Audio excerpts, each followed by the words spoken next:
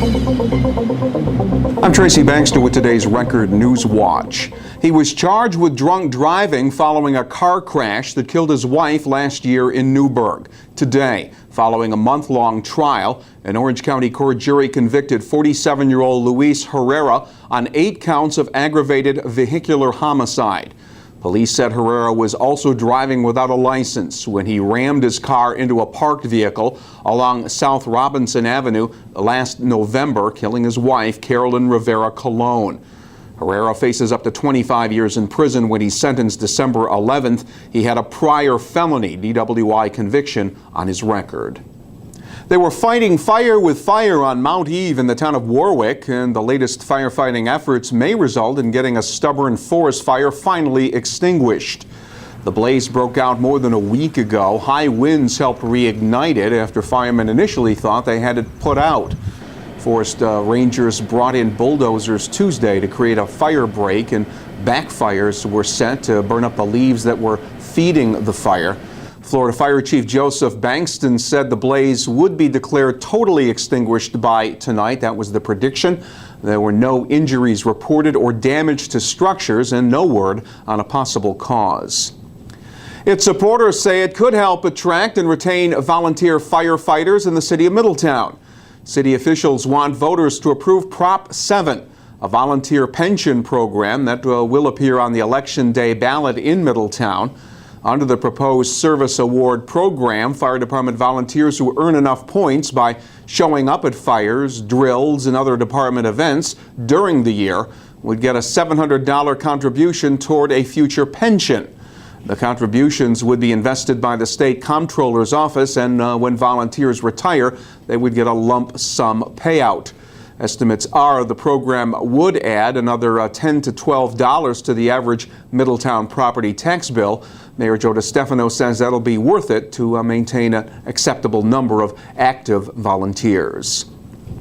Dina Conoyer had a special guest in her second grade classroom at Presidential Park Elementary School in Middletown today. Dr. Merrill Tisch, the Chancellor of the State Board of Regents, paid a visit as part of a Middletown district tour. And besides checking out Middletown's newest school, the Chancellor wanted feedback on the state's implementation of the controversial Common Core, a tougher set of national education standards and testing for students that was first installed in New York State last year. And Chancellor Tisch posed the question of Common Core implementation to Ms. Conoyer.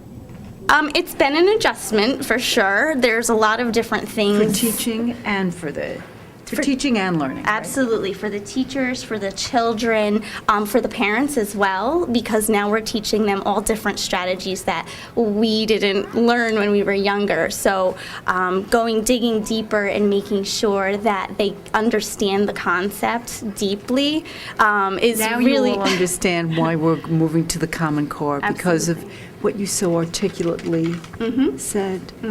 Go deeper, understand what you're doing. Absolutely. Replace rote memory with deep understanding. The Middletown District recently won $20 million in grants from the federal Race to the Top competition. District Superintendent Dr. Kenneth Eastwood says the Chancellor's visit also offered her the opportunity to learn how Middletown will be spending the money.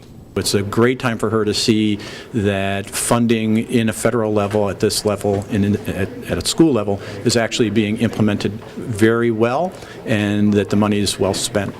Chancellor Tisch says the State Education Department will host a series of forums across the state to respond to questions and criticisms posed by parents and teachers concerning those Common Core changes. And one brand new building will soon be replacing a pair of old ones in the town of Deerpark. A groundbreaking ceremony was held earlier today to start construction of a 7,500 square foot highway garage and town senior center. The new facility on Route 209 in Huguenot is near Town Hall, and it'll take highway workers and equipment out of the dilapidated town barn next door and take seniors out of a rundown town building down the road.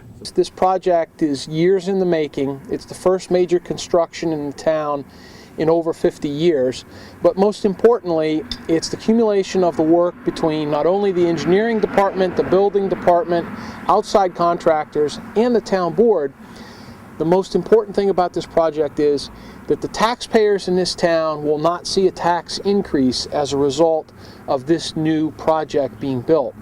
The price tag for the new highway garage and senior center project is about $900,000. Roughly $200,000 of the cost is being covered through a community development grant, and the building is expected to be completed next spring. There's nothing scary in the Halloween forecast, but there might be a little rain around when the kids head out for trick-or-treating.